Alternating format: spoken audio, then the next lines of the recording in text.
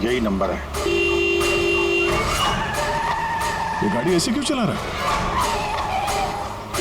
ये तो एक्सीडेंट कर देगा।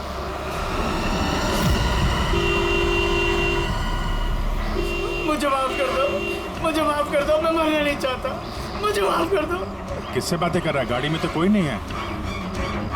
अरे विनीत, किससे बात कर रहा है? गाड़ी में कोई नहीं है। अंधे हो तुम लोग, तुम्हें दिखाई नहीं दे रहा? इतने सारे लोग मुझे बुला रहे हैं। कर क्या रहा है ये? मुझे माफ कर दो, मैं मरना नहीं चाहता। पागल हो गया लगता है। विनीत, विनीत, विनीत, तुम्हारी जान को खतरा हो सकता है, रुक जाओ।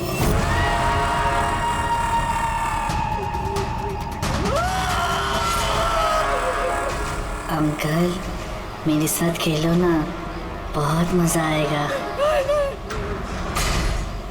विनीत, गाड़ी रोको, साइड में लगाओ।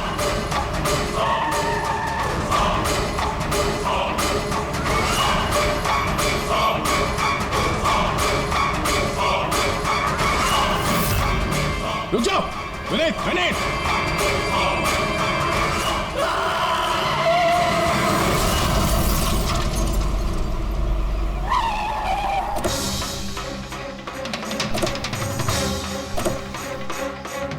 विनीत, ओह नो, ये तो मर चुका है। स्मेल है।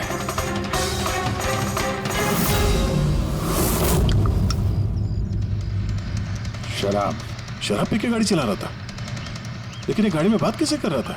शराब के नशे में बड़बड़ा रहा होगा। शराब पी के तो यही होता है, एक्सीडेंट। आपने तो मुझसे वादा किया था ना कि विनीत को कुछ नहीं होगा, तो फिर क्या हो गया? देखिए मैडम, अगर उनकी जान को किसी और से खतरा होता तो हम उन्हें जरूर बचा लेते, लेकिन वो तो खुद ही शराब पी के गाड़ी चला रहे थे। आप तो जानती हैं कितना खतरनाक है। नहीं, उनकी जान खुद उनकी वजह से नहीं गई है, बल्कि उन लोगों की वजह से गई है जो इतने दिनों से उन्हें परेशान कर रहे थे। कौन लोग? सुबह शाम सोते जागते हर वक्त वो उन्हें सताते रहते थे। वो इतना ज्यादा परेशान हो गए थे कि उन्होंने अपने बिजनेस पे भी पूरी तरह से ध्यान देना बंद कर दिया था। किन लोगों की बात कर रही हैं आप? जरा साफ साफ बताइए। मैम, विनीत की मौत हमारे सामने हुई थी और उस वक्त कार में उसके अलावा और कोई भी नहीं था, तो उसकी मौत का दोष आप किसी और को कैसे दे सकती हैं? क्योंकि उनका खून हुआ है। मर्डर है ये, मर्डर। मर्डर हुआ है? आप जानती है किसने किया ये? आत्माओं ने। भले ही आप लोगों ने वो आत्माएं नहीं देखी होंगी, लेकिन विनीत उन्हें साफ साफ देख सकते थे। सीआईडी आत्माओं को नहीं मानती। आप ही मानते सर। अगर आपने वो 2 हफ्ते पहले वाला नजारा देखा होता। लीला उठो, उठो लीला, लीला उठो। विनीत,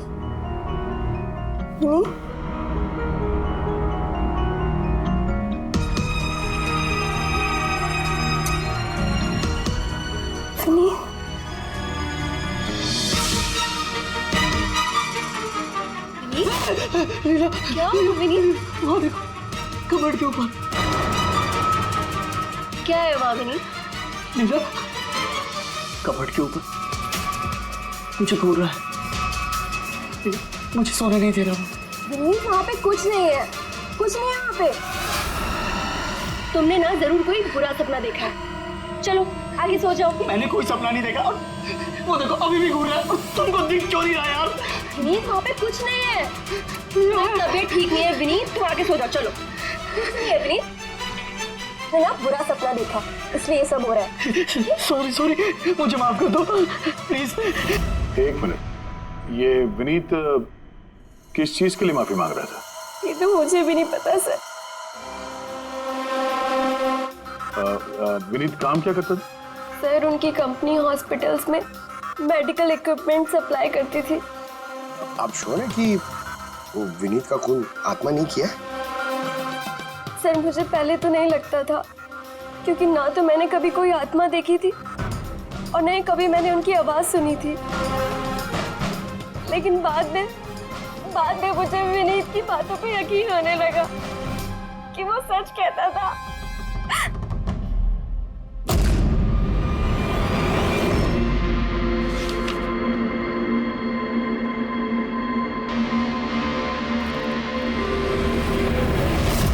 हाँ बॉस, इसकी मौत की एक ही वजह नजर आ रही है, इसके सर पर लगी हुई है चोट जो इसे एक्सीडेंट के दौरान लगी। पक्का डॉक्टर साहब, कोई और वजह नहीं? अब विसरल सैंपल्स को चेक करना अभी बाकी है, लेकिन प्राइमा फेसी तो यही दिखता है कि मौत की वजह एक्सीडेंट है। तो बॉस, इसके खून में हमें अल्कोहल की बहुत ज्यादा मात्रा मिली, तो मुझे लगता है उसी की वजह से इसे हेलुसिनेशन होने लगे और इसने टक्कर मार दी। मतलब ये खून का मामला नहीं है। हम फ्यूनरल के लिए बॉडी को लौटा सकते हैं। अगर कुछ डाउट हुआ तो विसरल सैंपल से पता लग जाएगा। पता नहीं सर क्यों अभी मुझे ऐसा लग रहा है कि ये केस उतना सीधा नहीं है, क्योंकि जब हमने लीला से पूछा कि ये विनीत किससे माफी मांग रहा था तो वो बात को टाल गई। हम लोग भी फ्यूनरल में जाएं क्या? वहाँ रिलेटिव भी होंगे, फ्रेंड्स भी होंगे, बहुत सारे लोग होंगे, देखते हैं कुछ पता चलता है। जाओ, जरूर जाओ फ्यूनरल में।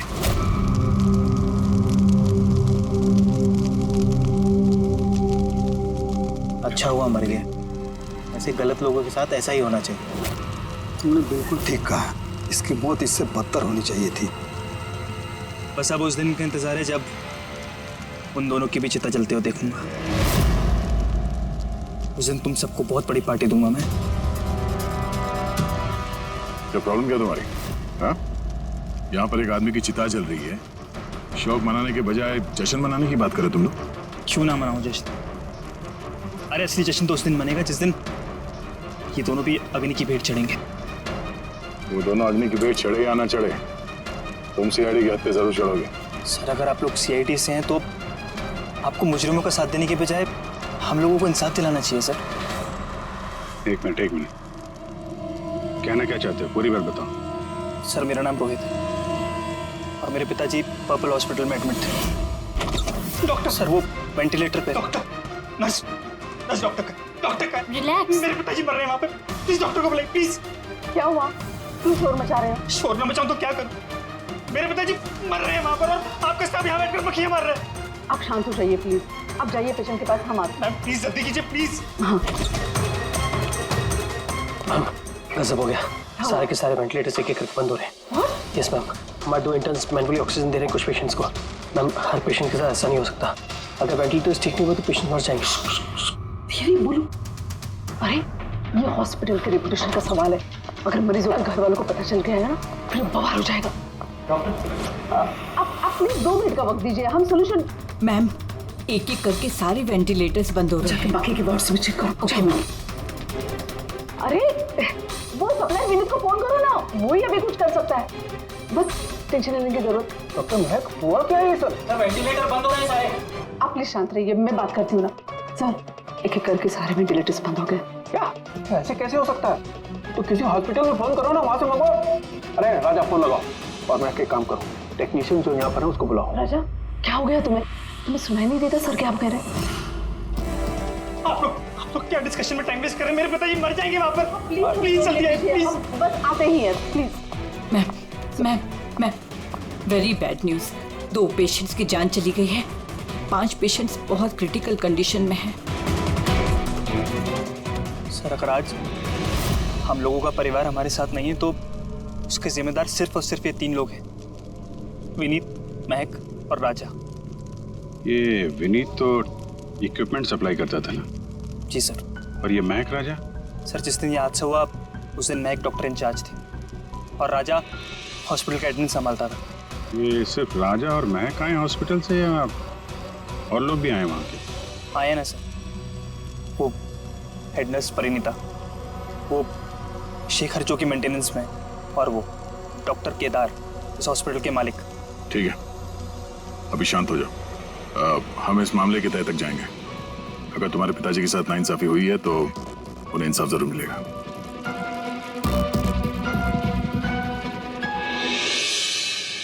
समझ में आया कि ये विनीत माफी क्यों मांग रहा था।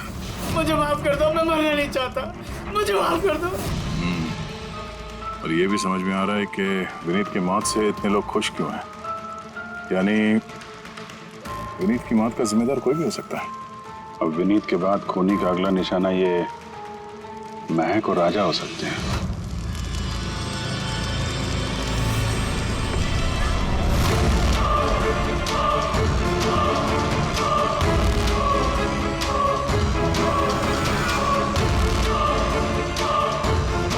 मुझे माफ कर दो। तुमने मुझे क्यों मरने दिया? मेरा पीछा मत करो।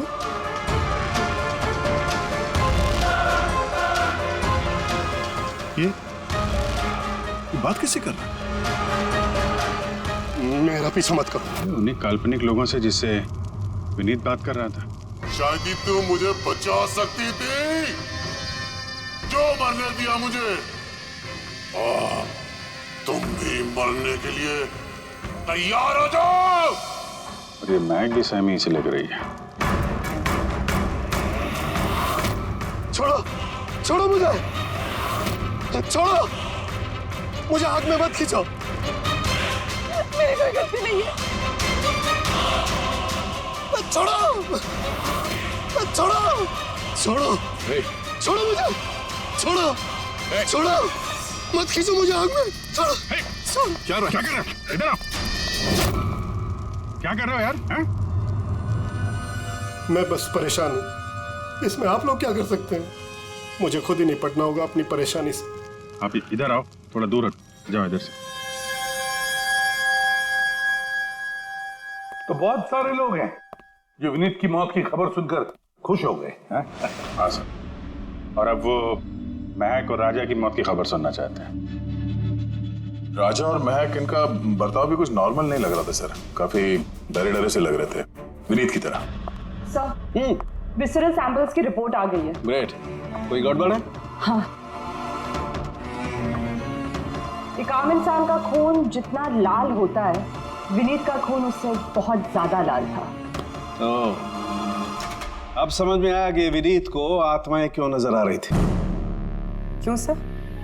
पूर्वी, जब इंसान का खून जरूरत से ज्यादा लाल हो तो इसका मतलब ये होता है कि वो इंसान बहुत ज्यादा लंबे समय तक कार्बन कंपाउंड के संपर्क में रहा, और इस कार्बन कंपाउंड की वजह से ही उसे हेलुसिनेशन आते हैं, जबरदस्त किस्म के। तो मतलब किसी ने जानबूझकर विनीत को इस कार्बन कंपाउंड के संपर्क में लाया, जिसकी वजह से विनीत की दिमागी हालत खराब हो गई, जो उसकी मौत का कारण भी बन गई। सर, खूनी को ये कार्बन कंपाउंड मिला कहां से होगा? हमारे आसपास हर जगह कार्बन कंपाउंड फैला हुआ है। मॉडर्न जिंदगी में हम जितनी भी मशीनों का इस्तेमाल करते हैं, वो सब की सब, लगभग सब की सब कार्बन कंपाउंड निकालती हैं। हाँ, कोई भी मशीनों के साथ छेड़खानी करके ऐसी साजिश कर सकता है। तो कार में बैठने के ठीक पहले विनीत ऐसे किसी केमिकल के संपर्क में आया होगा, इसकी वजह से उसे ये हेलुसिनेशन वगैरह हो रहे थे। बिल्कुल बॉस, गाड़ी के एग्जॉस्ट सिस्टम को चेक करना चाहिए, गड़बड़ वहीं हुई है।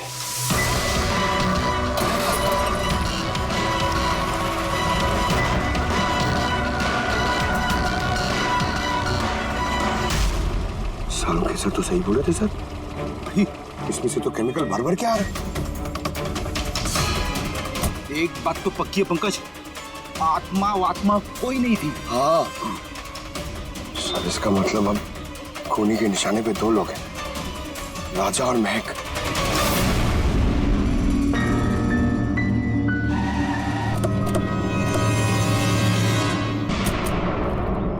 फ्यूनरल में राजा का बर्ताव ठीक नहीं था, अभी भी उसकी मानसिक स्थिति ठीक नहीं है। अरे सर, दरवाजा तो खुला है।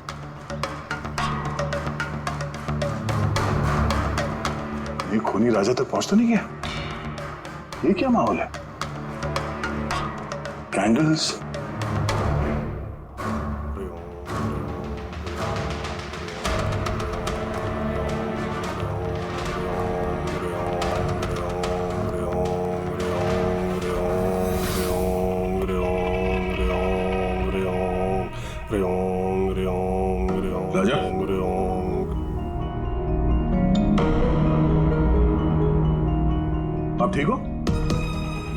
आप लोग? सीआईडी। विनीत के अंतिम संस्कार में मिले थे हम लोग। तुम आग में कूदने वाले थे, हमने तुम्हें रोका था, भूल गए? अब आप लोगों को मुझे रोकने या बचाने की जरूरत नहीं पड़ेगी। जब तक विनीत का खूनी पकड़ा नहीं जाता, तुम्हारी जान को भी खतरा है। अच्छा सच सच बताना, उन 12 मरीजों की मौत क्या तुम्हारी लापरवाही की वजह से गई थी? खबरदार जो मुझ पर ऐसा गंदा और झूठा इल्जाम लगाया था। मैं निर्दोष हूं और कोई नहीं मरा मेरी वजह से। शांत शांत। राजा बड़ी मुश्किल से शांत हुआ है, इसे गुस्सा मत दिलाइए। आपकी तारीफ? श्लोक नाम है मेरा। मैं राजा की इस बुरे वक्त से बाहर निकलने में मदद कर रहा हूं। ओह, तो आप साइकियाट्रिस्ट हैं? साइकियाट्रिस्ट नहीं, साइकिक, मीडियम। इस दुनिया और दूसरी दुनिया के बीच एक पुल समझ लो। दूसरी दुनिया? दूसरी कौन सी दुनिया? वही आत्माओं वाली दुनिया। वैसे हम भी एक पुल है, मुजरिमों की दुनिया से लेके जेल के अंदर सलाखों के पीछे तक पहुंचाने का पुल। पर सर आप मुझे सलाखों के पीछे क्यों डालना चाह रहे हैं? मैं तो राजा की आत्माओं से बचाने में मदद कर रहा हूँ। राजा को आत्माओं से नहीं, केमिकल पॉइजनिंग से बचाने की जरूरत है। और बंद करो अपना ये ढोंग, समझे? सर वो कहाँ इशारा करे? उस बूढ़े आदमी की तरफ जो एसी के पास खड़ा हुआ है। किसकी बात कर रहे हैं? मुझे तो कोई भी नहीं दिख रहा। मुझे भी नहीं दिख रहा। मानो या ना मानो, इस कमरे के अंदर कोई शक्तिशाली आत्मा है जो राजा को नुकसान पहुंचाना चाहती है। अभी पता चल जाएगा।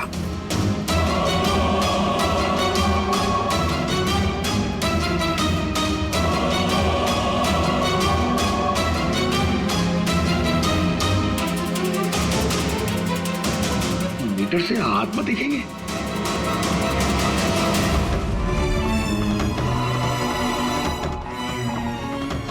देखा, वो आत्मा एसी के पास ही है। मेरी ईएमएफ मशीन झूठ नहीं बोल सकती।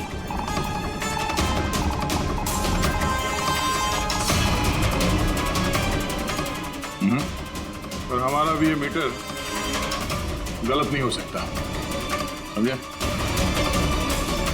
रेडी? लगता है राजा को कार्बन कंपाउंड का असर उसकी गाड़ी से ही हुआ है। एक काम करो, ये मीटर ले जाओ, उसकी कार चेक करो।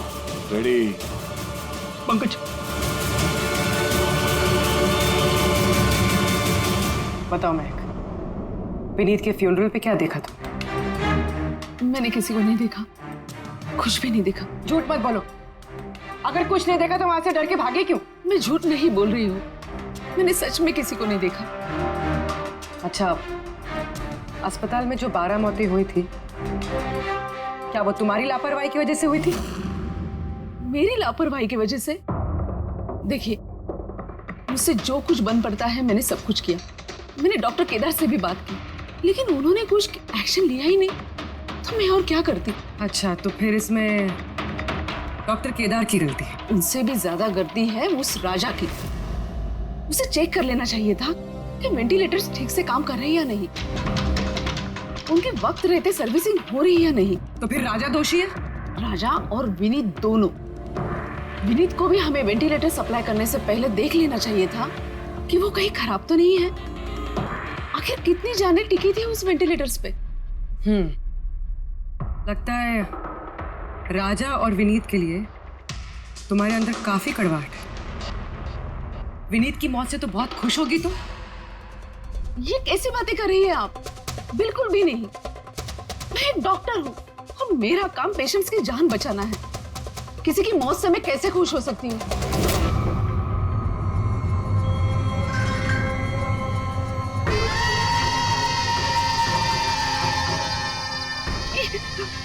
वो आ गया, वो आ गया, वो देखिए। लेकिन यहाँ तो कोई नहीं। पीछे है। यहाँ पर कोई नहीं है। देखो, तुम घबराओ मत। जब तक मैं हूं तुम्हें कुछ नहीं होगा।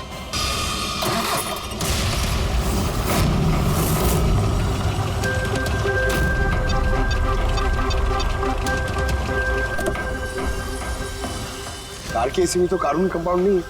घर के अंदर देखिए, चलो।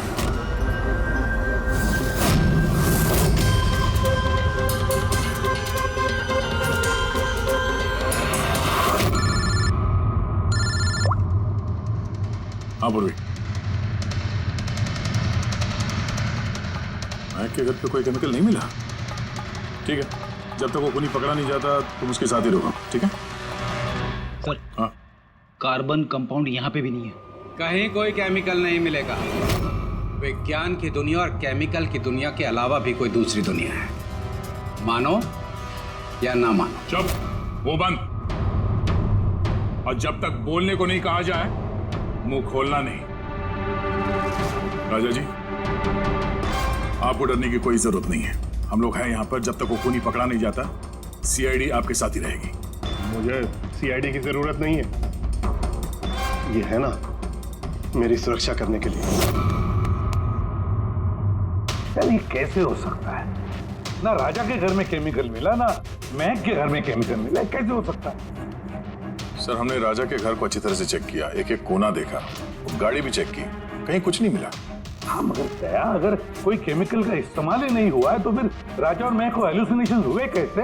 कोई तो वजह होनी चाहिए।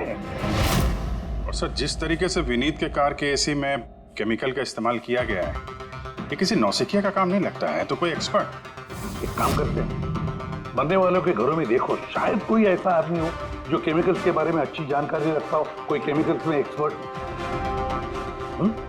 और हाँ, हॉस्पिटल के उस स्टाफ को बुलाओ, चीफ नर्स जो है ना, हेड नर्स परिणीता, फिर हेड टेक्नीशियन शेखर और मालिक केदार, तीनों को बुलाओ। सर देखते हैं।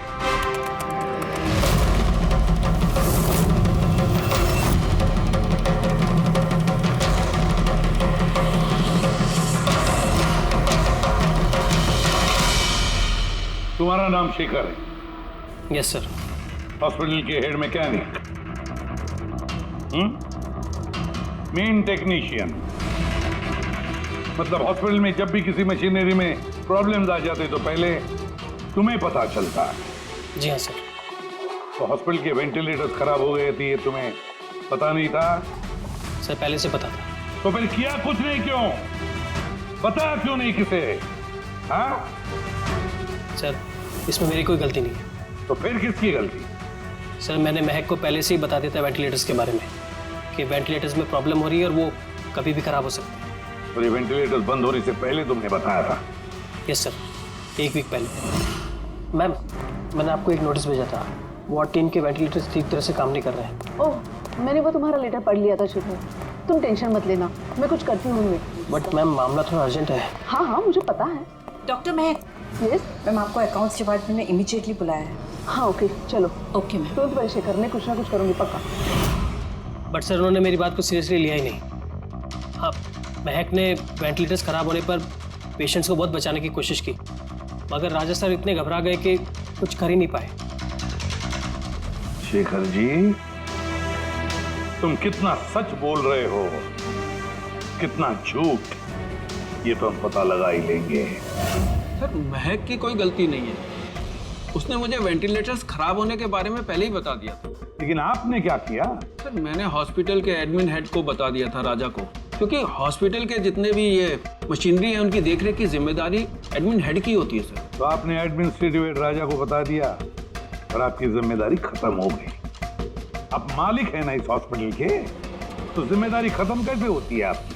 सर, मैंने अपनी जिम्मेदारी निभाई, तभी तो मैं खुद गया राजा के केबिन में। राजा। जी सर। ये सब क्या कर रहे हो? अरे ये सब जरूरी नहीं है, इतने सारे मरीजों की सांसें वेंटिलेटर के भरोसे चल रही हैं, तुम यहाँ बैठे हो, अरे कुछ करो ना। जी सर, मैं अभी सप्लायर से बात करके वेंटिलेटर बदलवा देता हूँ। प्लीज प्लीज जल्दी करो। जी सर, मुझे समझ में नहीं आ रहा कि उन्होंने वेंटिलेटर्स बदलवाए क्यों नहीं। मैं हैरान हूँ सर, कोई भी केदार जी पे उंगली उठा नहीं रहा। हर कोई राजा, विनीत और महक के पीछे पड़ा हुआ है। वही तो, हॉस्पिटल के मालिक है ना केदार जी, तो पूरी की पूरी जिम्मेदारी भी केदार जी तुम्हारी है। इन सब अब मैं खुद जाके तो रिपेयर नहीं कर सकता ना वेंटिलेटर से। सर मेरा काम है कि कंसर्न डिपार्टमेंट को इन्फॉर्म करना, और सर वो मैंने कर दिया। बल्कि मैंने विनीत से खुद बात करी। मैंने उससे कहा कि अगर ये रिपेयर हो सकते हैं तो रिपेयर करे, वरना इनको चेंज कर दे। और उसने कोई एक्शन ही नहीं लिया। उसने कोई एक्शन नहीं लिया, उसने कोई एक्शन नहीं लिया। आपने क्या एक्शन लिया? और नाम भी ले रहे हो तो विनीत का जो मर चुका है, या राजा का जो जवाब देने की हालत में नहीं। सर जो सच था वो मैंने आपको बता दिया। अब मानना ना मानना सर आपके हाथ में है। परिणीता जी सर। हॉस्पिटल की हेड नर्स, तो तुम हॉस्पिटल के बारे में सब कुछ जानती होंगी। जी सर। तो फिर अब सच सच बताओ, ये जो कुछ भी हुआ है किसकी लापरवाही से हुआ? बताओ जल्दी। हाँ सर, बताती हूँ। मेरे साथ धोखाधड़ी करने की कोशिश मत करना राजा। और हाँ, अगर मशीनों में कोई फिजिकल डैमेज है वो वारंटी में नहीं आता। अगर तुमको नए वेंटिलेटर चाहिए तो पूरी कॉस्ट पे करनी होगी, समझा? मैंने तुमसे घटिया इंसान आज तक अपनी जिंदगी में नहीं देखा। अब ना तो हमारा हॉस्पिटल तुमसे कोई सामान लेगा और ना ही शहर का कोई दूसरा हॉस्पिटल। सुनो, ये धमकी किसी और को देना। जानता नहीं तुझे मैं कौन हूँ। जो करना है कर ले।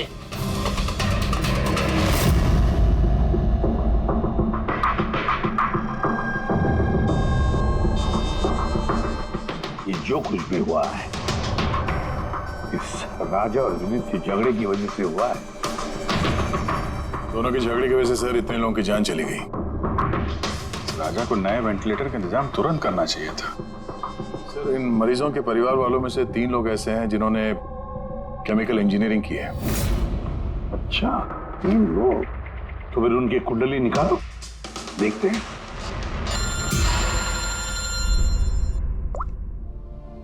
हेलो, इसे भी प्रतिबंध।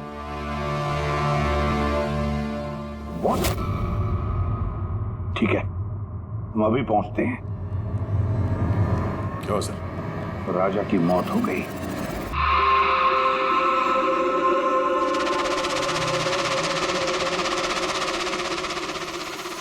दया, मौत तो इसकी इस सर पे चोट लगने की वजह से हुई। लगता है छत से कूद गया ये। जरूर हैलुसिनेशंस इतने भारी पड़ गए होंगे कि दिल मिलाकर राजा ने ऊपर से छलांग लगा दी। और तुम ख्याल रखने वाले थे ना इसका? ये ख्याल रखा तुमने? हाँ? सर राजा तो एकदम शांत तरीके से हो गया था। मुझे क्या पता था कि अचानक उठ जाएगा और खुदकुशी कर लेगा। जिस वक्त ये सब हुआ तुम कहाँ थे? हाँ? सर मैं दूसरे कमरे में सो रहा था, तभी मुझे राजा के जोर जोर से चीखने की आवाज सुनाई दी। मुझे इन आत्माओं को नहीं झेलना, मुझे इसे निजात चाहिए, आजादी चाहिए।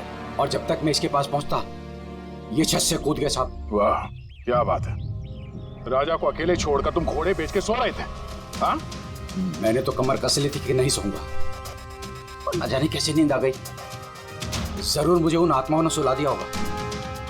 आप ये देखिए सर, मीटर की रीडिंग भी कितनी बढ़ गई है। मुझे मेरी तबीयत भी कुछ कमजोर लग रही है सर। अगर दोबारा ये मीटर दिखा दिया ना मुझे तो याद रख। एक मिनट दया, 1 मिनट भाई, जरा ये मीटर देना मुझे। ये लीजिए। ये मीटर मैं रख लेता हूँ। हाँ, तुम्हें लौटा दूंगा बाद में। जी सर, पर दे दीजिएगा। हाँ जरूर दे दूंगा। अभी एक काम करो, अभी तुम घर जाके थोड़ा आराम करो। थक गए हो ना, बहुत कमजोरी होगी तुम्हें।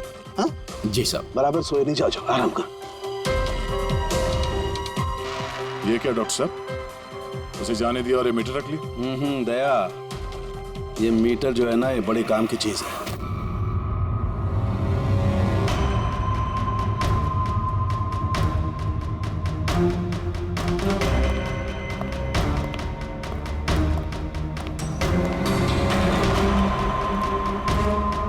इस रूम में चेक करता हूं। हाँ सर। नहीं, ऊपर चलते हैं।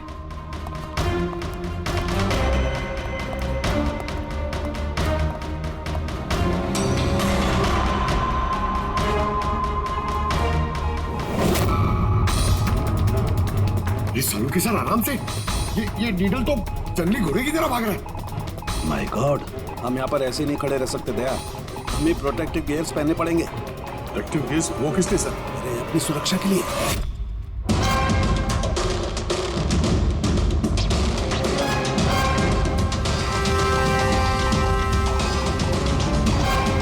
ये देखो, सबसे ज्यादा मीटर रीडिंग यहीं पर है, एसी के नीचे। मतलब सर वो वहाँ। पंकज खबरदार, खबरदार जो आपका का नाम भी लिया तो। सर ये मीटर किस तरह इशारा कर रहा है? बताता हूँ बाहर चलो, बाहर चलो।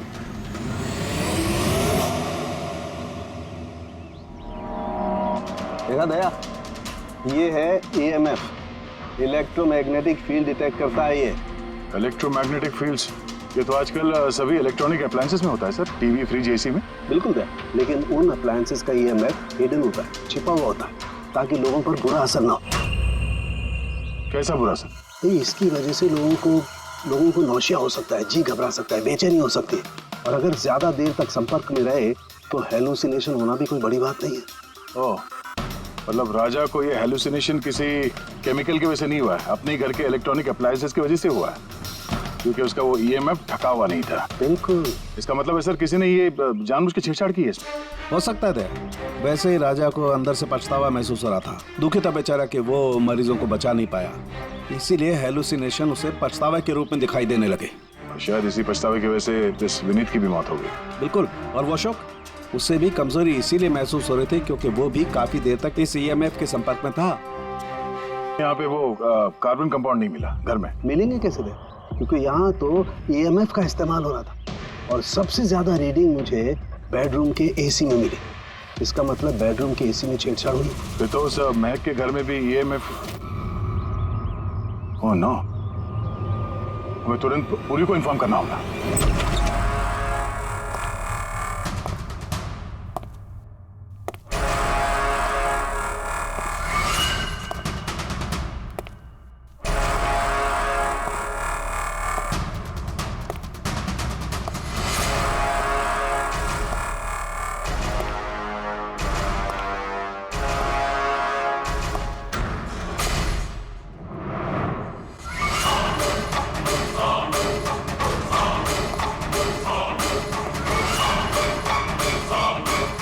जान लेकर चैन नहीं पड़ा तुम्हें,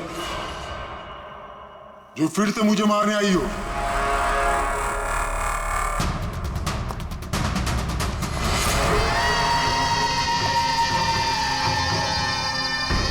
तुम? मैंने तुम्हें सेल्फ डिफेंस में मारा था, और वैसे भी तुम एक मुजरिम हो। क्या मुजरिम के घर परिवार नहीं होते? तुम्हारी वजह से मेरी बेटी अनाथ हो गई, और ये खून देख रही हो, सब तुम्हारी वजह से। आज मैं तुम्हें नहीं छोड़ूंगा।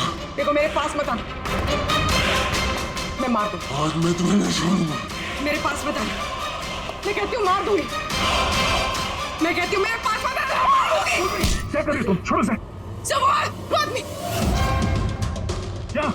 सर, यहाँ पे। सर रोकिए इसे, ये मुझे मारना चाहती है। पहले यहाँ से बाहर निकली, जल्दी आउट ऑफ हियर प्लीज, जल्दी फास्ट।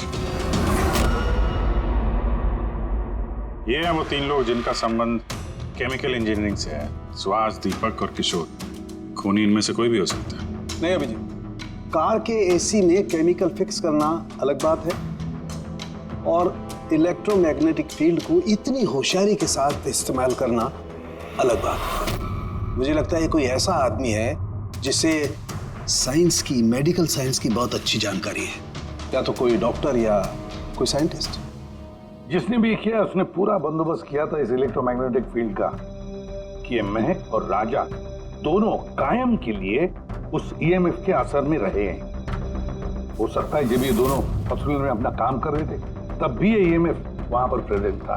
तो फिर सर शायद हॉस्पिटल के किसी मशीन के साथ भी छेड़छाड़ की गई होगी। बिल्कुल दया, बिल्कुल। और ये करने वाला वही है, हॉस्पिटल का अंदर वाला। तो ये वो जगह है जहाँ पे महक और राजा बैठा करते थे? जी हाँ। और कौन कौन आ जा सकता था इस कमरे में? सर सिर्फ स्टाफ वालों को अंदर जाने की परमिशन थी, वो भी अगर कोई काम हो तो। मतलब बाहर का कोई आदमी यहाँ नहीं आ सकता? नहीं सर, यहाँ तक कि मरीजों को भी अंदर जाने की इजाजत नहीं थी। इसका मतलब तो ये हुआ कि स्टाफ का कोई है, मतलब आप में से कोई एक खूनी है। ये आप कैसे कह सकते? ये हम नहीं कह रहे हैं, ये EMF मशीन कह रही है जिसने हमें सब कुछ बता दिया है। और इस EMF मशीन के हिसाब से इस एसी के साथ छेड़छाड़ की गई थी। इसका मतलब है राजा और महक को मारने की कोशिश की गई थी, मगर बेचारा राजा मारा गया। एसी के साथ छेड़छाड़?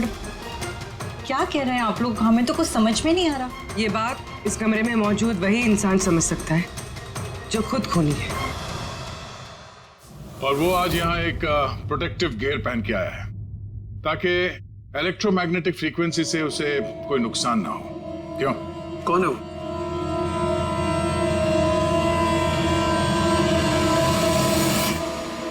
क्यों?